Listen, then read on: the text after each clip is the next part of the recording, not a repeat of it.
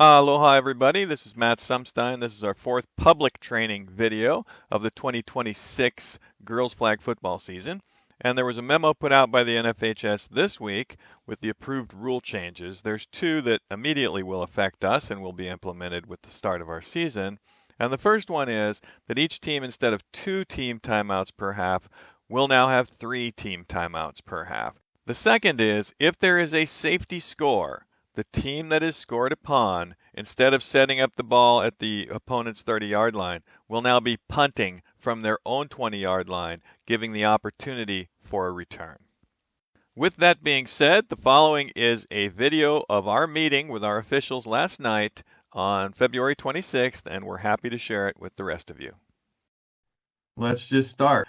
All right, so this is, and I know this is blurry because I was moving, but I'm going to let it go. So we got number 1 on the box. It's over here. It's outside of the screen. You really can't see it. So I just want to go over some mechanics.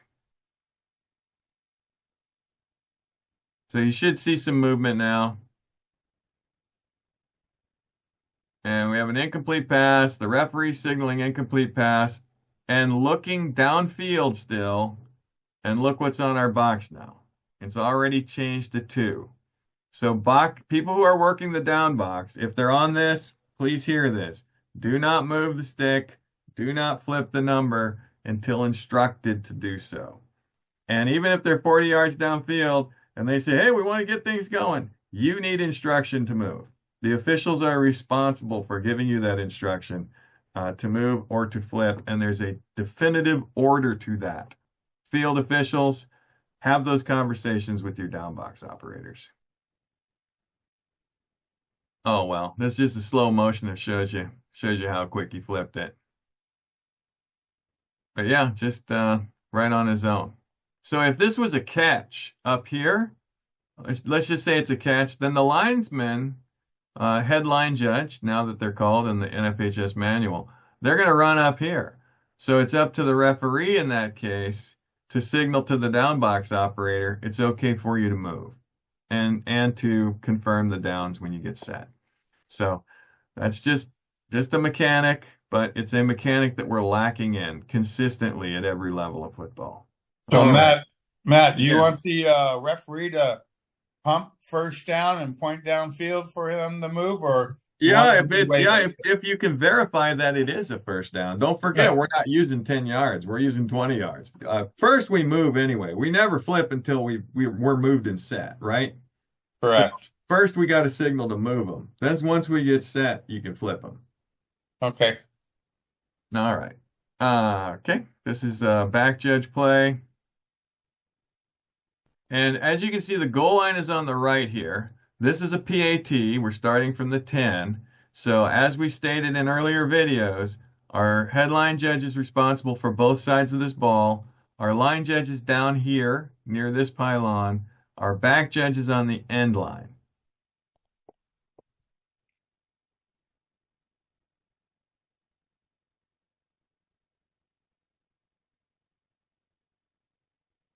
Okay, rocket arm, throws it. All right, so I just want to say this is not where we want our back judge. So you can see the back judge is about 4 or 5 yards off of the end line. So back judges in this scenario, you start at the end line and you stay at the end line. And it's your responsibility, if you start in the middle of the field, to read the pass. In this case, you would rotate back to here with a visual of the line, and we're working feet first. So just want to make sure we all understand where we need to be to have the best opportunity to make a correct call. This is a long play involving the goal line, and this is another back judge mechanic. In this case, because we're at least 20 yards from the goal line, you are probably on the goal line at this point. If you can read that the pass will not reach the goal line, as in this case, it reaches the 5, don't overrun the goal line, which we did in this case. We just kept running with the runner. So if the pass is going to land from the 5 and out, just stay at the goal line. And that way you can use that same mechanic to rule on whether the ball gets across relative to when a flag gets pulled. Because if it's tight, it's going to be a lot harder for you to judge that if you don't have this exact view. If somebody's pulling the flag as she's reaching it, you need to be at this spot. Yeah, the line of scrimmage official should be straddling that goal line too, right? Not going to Not from lead them 20 up. yards away. Not from 20 yards. They're not going to make it. So they're going to be Oh, responsible for the sideline. I mean, he right. overran it too, and he I should have. understand. But on a 20-yard play, the line judge is not going to be able to rule on a tight play at the goal line. The only thing, unless it involves the sideline. But, there was good hustle on this play. We just want to make sure we utilize the mechanics that give us the best opportunity to make the correct call. This is something we put out in memos. This is regulation timing. So we got a girl that runs, gets herself out of bounds. We do not want the stop clock signal. We just want a hand up signal. And I know that this is counterintuitive to your muscle memory from tackle football, but we want to give the right signals to our timers. So until we get under 2, a basic run out of bounds is no different than a flag pulled in the field of play. So we're not going to stop the clock for that. We're not going to give this clock stop signal for incomplete passes or first downs. So if we're outside of those 2 minutes, we're only going to stop it if we have a penalty, a score, change of possession, injury, or team timeout. All right. We want to remind the players that when they pull a flag to please raise it so that we know they have it. We've had some problems already in people thinking a flag was pulled when it actually wasn't, and then we're blowing a whistle, and then now we've got an inadvertent whistle error. So just talk to the girls when you're out there that if they pull a flag and don't raise it, say, hey, when you pull a flag, can you please raise it in your hand, so that we know definitively that you have the flag. All right. This is referee mechanics on a score. All right, so girls throws a pass, gets over the goal line. We have touchdown. Okay, we got a touchdown signal over here on the right. Correctly, this person, the back judge, is not signaling touchdown, right? They don't have a look down the line. At this point, what we're trying to do now is, are we going to go for 1 or 2? We do not need to do the extra mechanic of saying, yes, it's a touchdown. Everybody already knows it's a touchdown. So we don't need to reconfirm that to the stands.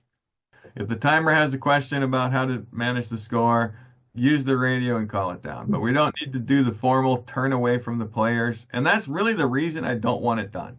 I don't want officials turning their faces away from the players. We need to watch the players and not really worry about that secondary signal. All right, what was I on here? Change of possession. So this happened last night.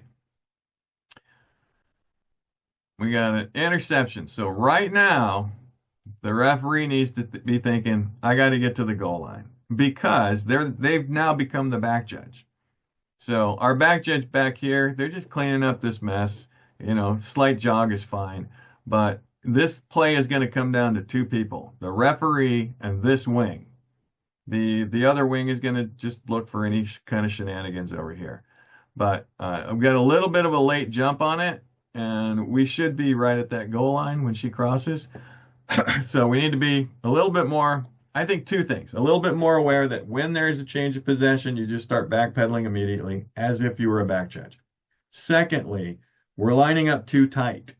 So use your same, they're snapping the ball shotgun 8 to 9 yards. So we need to be at 14 yards deep, which will put us 5 yards deeper than them if they're in the 9-yard position. But if they're in the 8-yard position, still put yourself at 14.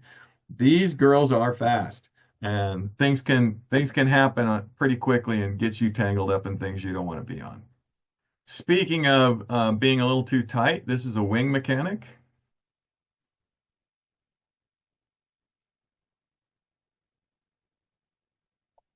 And right now, he's too tight. So we want to maintain about 10 yards distance for a number of reasons. You can see more, and you take yourself and the players out of harm's way. So right now, you're bumping into people, and it's just too tight. Take your time, keep your space, stay safe, keep the players safe. So this happened out at Y&I, our first day, new officials, so don't feel bad about this, but this is about giving a touchdown signal. And when we give a touchdown signal, you see he just drops his arms out of it. It's like, okay, there's touchdown. Now what? The touchdown signal is not for you. It's to communicate with everyone who's present. And most importantly, the referee.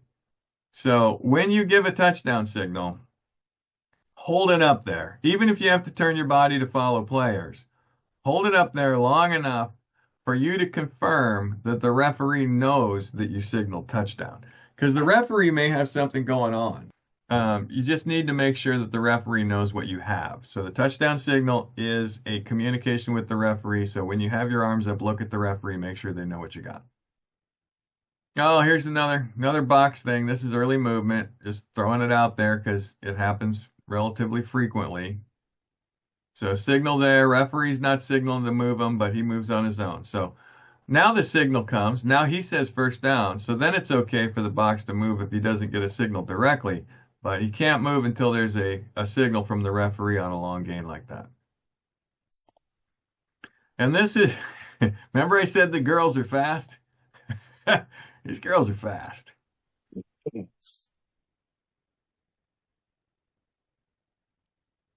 Pretty good pass, pretty good catch. Now, I brought this up because many of us are in our 40s, 50s, 60s, Cal, 70s. We're not as fast as they are. These girls are fast, athletic, and they can move down the field. My only concern here is it's not a race. If they're off on a streak like that, just do a pace where you're not going to get injured. I don't want to see somebody pull a hamstring and then we don't have you for 6 weeks or for the next 3 quarters. So if they get in back of you, don't try to catch them. Just get down there at your own speed and we'll deal with it. Adjust your mechanics next time, if you can. In fact, on this play, I don't know if you guys saw it. Oh no, I cut it off. This is 10, this is 15, so we're probably at about 18. The back judge was here to start and was backing out about right now. So he's probably at 18. The optimal distance for a back judge, depending on the passer skill, is minimum 20. If the passers are very skilled or the wind is to their back, you might want to stretch that to 25. All right, so occasionally we have 2 officials rule 2 different things. So the 10-yard line here is the goal line. So we got a girl, she turns, she reaches, and now we got a signal for touchdown, and the back judge is signaling no good. So first off, back judge does not rule on plays that they don't have a look on. So that you don't have a look on this, so this is your primary official. Right or wrong, this is your primary official. So just know where you are, and if you have a conflicting signal, then this official here, if you're absolutely certain you got a touchdown, you got to pop, pop, pop, take 3-4 steps in and pump your arms up, touchdown, touchdown, touchdown, because we have to erase this signal. We have to take any doubt out of everybody's mind whenever we have a conflicting signal. If we need to talk, we talk. But if you're absolute, you pump it and sell it and make sure that there is no doubt in any spectator's mind that we have a touchdown. And in this case, we did. So there's your still shot. Conflicting signals again. Goal line's on our right. Girl runs. Apparent flagpole. Headline judge over here says we're at the 1. When you look at the girl, she's got 2 flags on. So that's why we want them to get a hand up with a flag. If they don't have a hand up and you don't see a flag in their hand, do not pull up short. This is a touchdown. We got a signal for a touchdown over here. He's right, but probably shouldn't be signaling. Our line judge over here said, no, it is a touchdown. So we did erase this signal here. But like I said, when we have conflicting signals, which we do here, here, and another here, then somebody got to come in and pump that to erase any doubt. Double passes, we have to be alert to. So you can see there's a shift. And when they shift, You can see you got a receiver who's about 8 yards back. This is a telltale sign that we're going to have a double pass. Anytime you see a receiver set up that deep, just start thinking double pass. And that first pass direction, if it is a double pass, must be backwards. So in this case, it looks like they pull it off. So we need a signal from this wing official, this wing official. The referee may be able to do a point-to-point signal, but we need to be thinking, is that forward or backwards? Because the second one is clearly forward. And if they're both forward, we got a foul. So anytime you have a deep, wide person, start thinking double pass. So I think there's a little bit of an illegal shift there, wasn't there? All right, we're not set. Yeah, that's an illegal shift. So we missed the illegal shift, and we do have an IFP, illegal forward pass. So the way that we want to cover the line of scrimmage is our line judge is the one that generally advances if we have a near line to gain or goal line, and our headline judge is the one that normally holds put. If we have a quarterback scramble, we want our headline judge to hold to make a ruling on this so that our referees don't have to come up and say, well, I'm going to put my feet in her feet and see if we did it. From the headline judge position, you can see immediately she's over when she releases it. So we would like to get this called, straight away from the right spot. The other thing is, this doesn't kill the play. Illegal forward passes are live until they hit the ground or the play is otherwise dead. So you just throw a flag and let it play out. Matt, Yeah. enforcement for that. Yeah, that's interesting because in order to be an illegal forward pass, in this instance, it has to be beyond. So do not enforce it from the line of scrimmage because that makes it legal. So it's a spot foul. So this is the release point. Her hand's here. This is the release point, and her leg's in front of the neutral zone. So this is your enforcement spot. So it's going to be 4 yards back from the previous spot because it's 1 yard in advance, and it's also a loss of down. Hey, the other thing about this running clock thing is when we have a penalty, we stop the clock. When we're done enforcing the penalty, start that clock right up. And I mean right up. As soon as the ball's put down, start the clock. And that's not a wait. I mean timers. As soon as the ball hits the ground, start the clock. Because the clock was stopped for the penalty. Once the ball is down, start that clock right away. Yeah, Matt, at high school, it's 1 foot down past the line of scrimmage, right? It's, well, the technical rule is 1 foot beyond. Right. Okay. It doesn't have to be down. From a practical standpoint, unless you've got core of body over, you're going to want a foot down. In this case, we did have the core of body over, and did not have a foot down. So it's 1 foot down or core of body, and then you're going to be right. Either way. All right. So this was well done. Technically, when you get to this position, because the center is set and on the ball, this would be encroachment. Technically, they just ran out. She doesn't know where she is. We do not want encroachment called here unless they snap the ball. We want to work them back. In this case, we did work her back. She was, oh my gosh, where am I? So she just made the adjustment. Technically, it's already a foul, but we don't want that to be a foul. We just want the quick adjustment.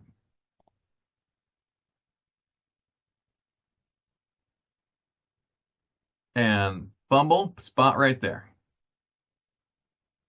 Encroachment team B, just a reminder. She stepped up there a little bit. She's inside of a yard, right? The ball's at the half. She's over the half. So that's immediately dead ball. This girl's head is not into the ball, so don't get too technical here. But this one, her body is over the 1 yard spot. Encroachment team A. Yeah, so we got a bunch of people in the ball here.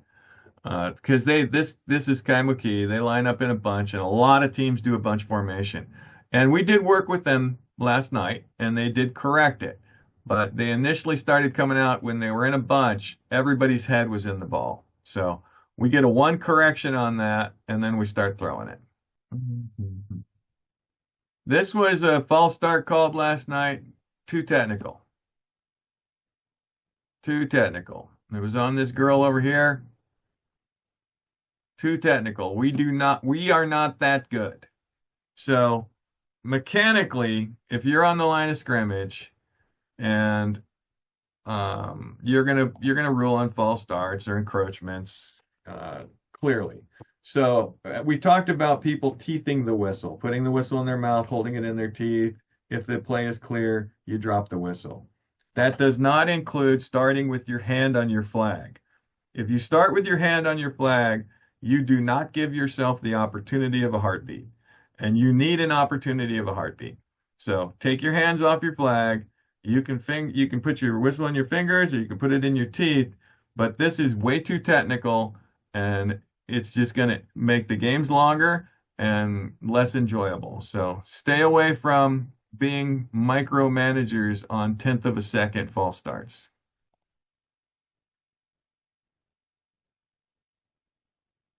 This was called a false start. I'm going to circle the girl that he called it on. This is a change. We used to but have to this be a is a minimum legal of shift. 4 We're all yards behind set. the snap. She can Now move. that has been reduced That's not to a a false minimum start. of It's 2 not yards behind simulating the a snap, snap. and that goes for both quarterbacks Stay away and from it. punters. We don't need to tell people how smart we are. All right, this is specific to the flag game. The head can't be beyond the Matt, ball, but guess what? The hair is. Matt, Yeah.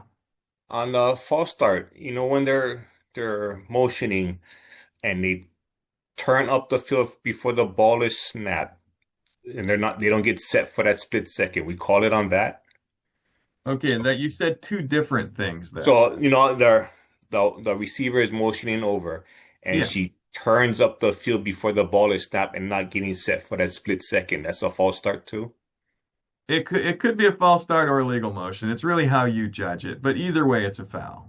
Okay. But make sure they turn upfield, because sometimes they turn their body or extend a leg, but their body doesn't go upfield. So you want to make sure it's a full step upfield before you get involved in calling that a foul. Well, the quarterback snapped it while she was still, I guess she snapped it early and she didn't allow the receiver to get set.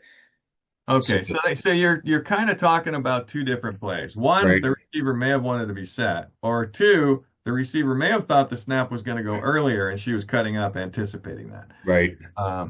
Either way, you're going to have to judge on it. If she's in motion and you see her body turn, but she doesn't gain a yard forward, then don't call it.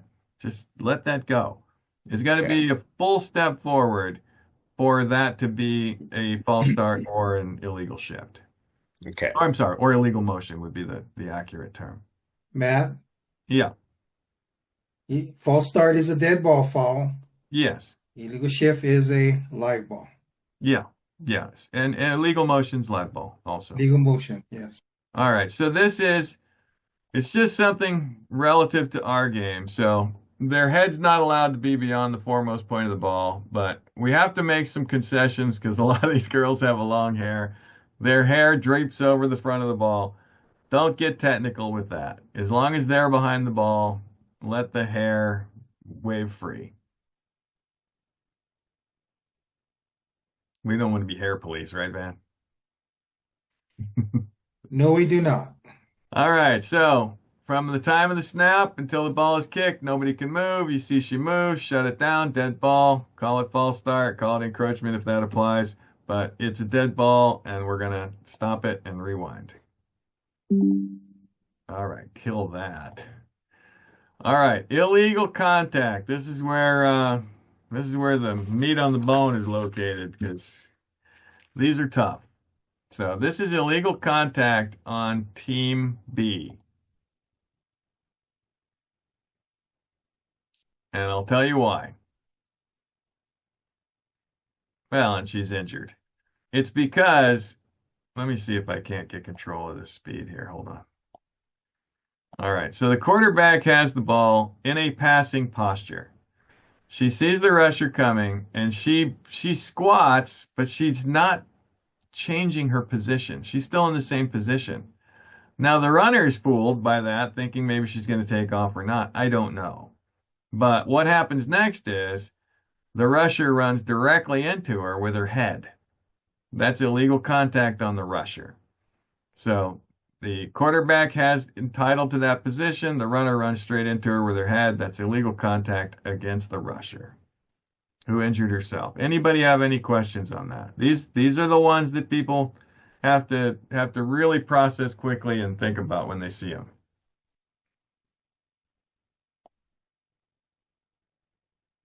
And it's only because the quarterback didn't run into the rusher. I mean, they all have position entitlement, but because the quarterback is relatively stationary, the defender needs to come in from the side to pull the flag. Matt, Yeah.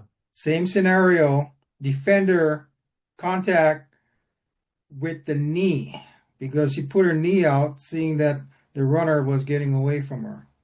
Yeah, this is not really a knee play because the contact is so upper body right here. But I do have a knee play in here. Okay. And we talked about that earlier in one of our training videos too. So let's talk about what we call this. And we've had multiple conversations, and in the memo tomorrow, this will also be addressed, is what we're going to call illegal blocking versus illegal contact. And we're going to put it on force of contact. So in this case, because there's force of contact, we're going to call this illegal contact, and illegal contact includes an automatic first down. Illegal blocking does not. So force of contact is the key to the auto first.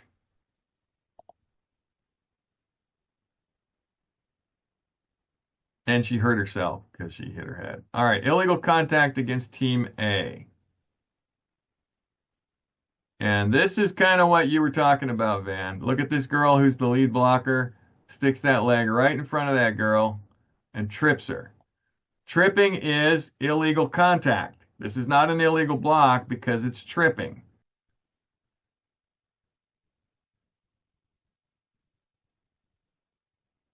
All right, same thing. This runner is entitled to her line. So she catches the ball, she does not change her line. Defender moves into her line, kicks the leg into her leg, and trips her. So that's illegal contact.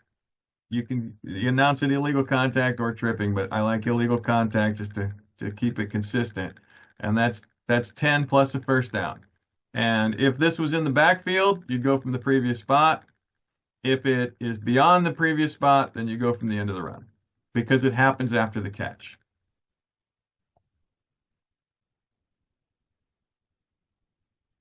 Illegal contact on B. This is a little bit controversial, but I'm going to walk us all through it.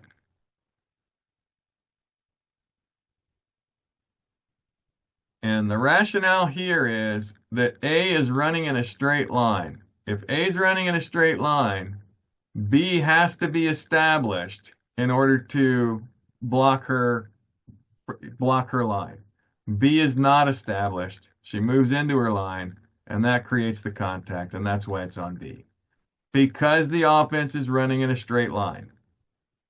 If the offense were to cut into B, then you can look at the offense as the guilty party. But there was no cut. She stayed right along that hash line, so it's up to the defense to stay to the side to attempt to pull the flag. And this is incidental contact. Great catch, splitting defenders, feet tangle. I think she actually steps on a foot and she goes down. There is obviously contact, but it's incidental and nobody does anything illegal here. There might have been a little attempt at it. If you look at the knee of the girl in the front, let me see if I can't get this cursor. But the knee misses the leg, right? And then you just get a little trip up on the feet. So that's all incidental.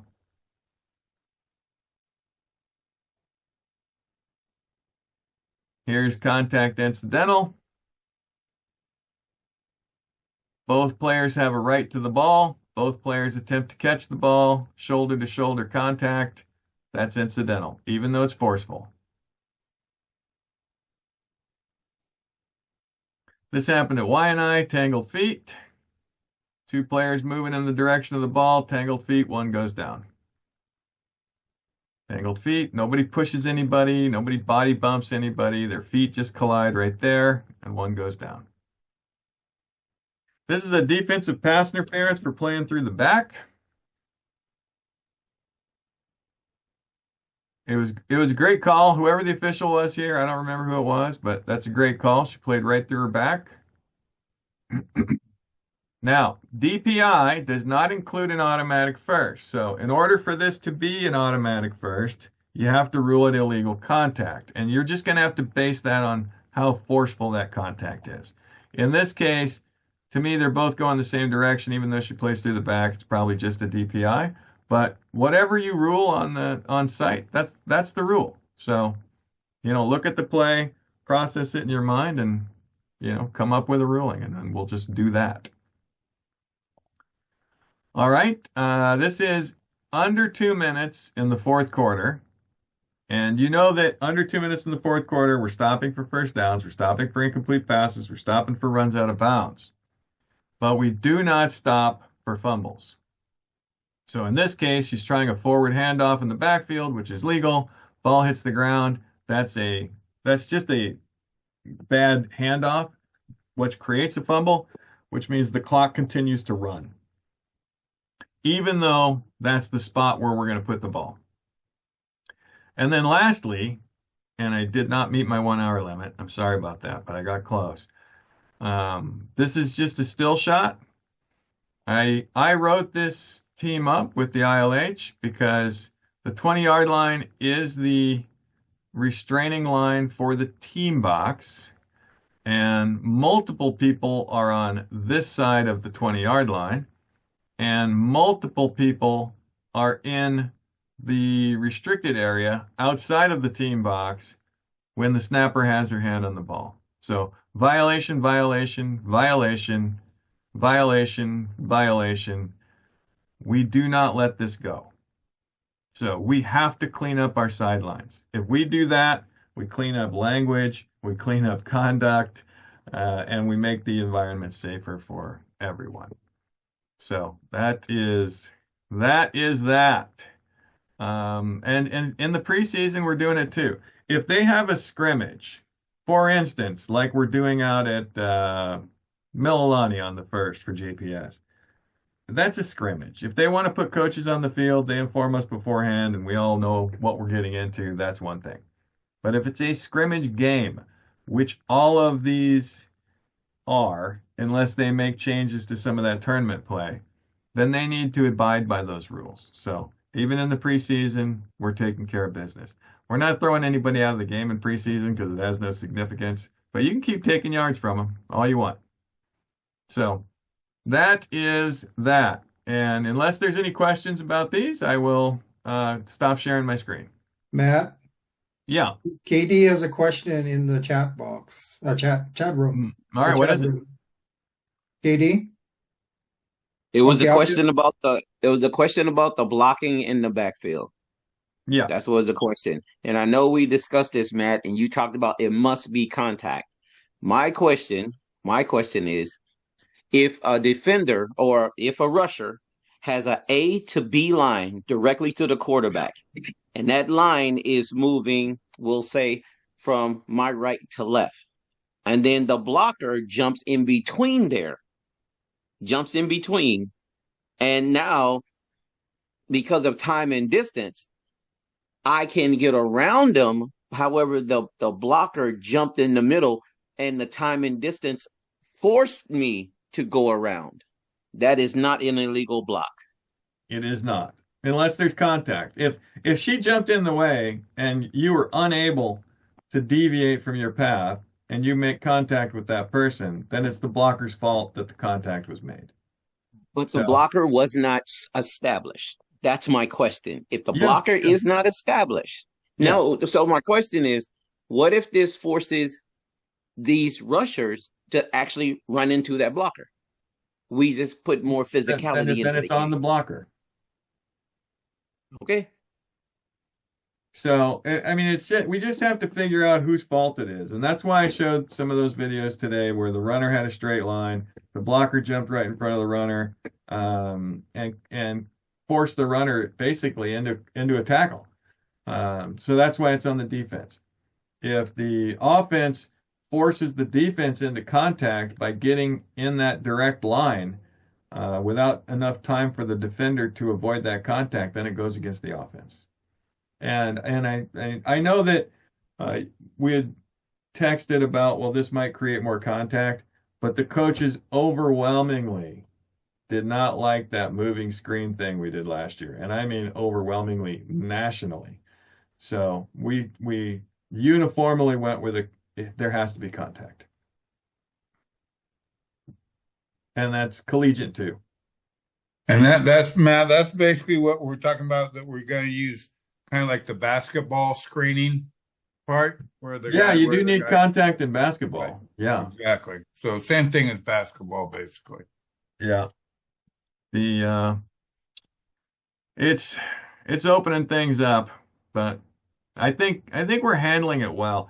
Hey, the one thing mechanically that I want to state before we end tonight is wing officials do not work the backfield. Wing officials work receivers, starting from outside in. Back judges work receivers from inside out. So just remember, whenever a wing official throws a flag in the backfield for an illegal block, it worries me. And then I have to go look at it really hard. And, when I have to start looking at things really hard, I either got a problem with that wing official or I got a problem with the referee. But we want those backfield calls that are in the center of the field called by the referee. Now, if you have a quarterback that rolls out into the side zone and you're an official who's adjusting to a potential run and you see something in front, that's one thing. But in the center of the field, in a normal passing posture, we do not want our wing officials on illegal blocks there. We want them on the receivers. All right, guys, everybody, thank you for tuning in. We will be in touch, and we'll have memos out about the topics we discussed tomorrow. All right, mahalo. Good night.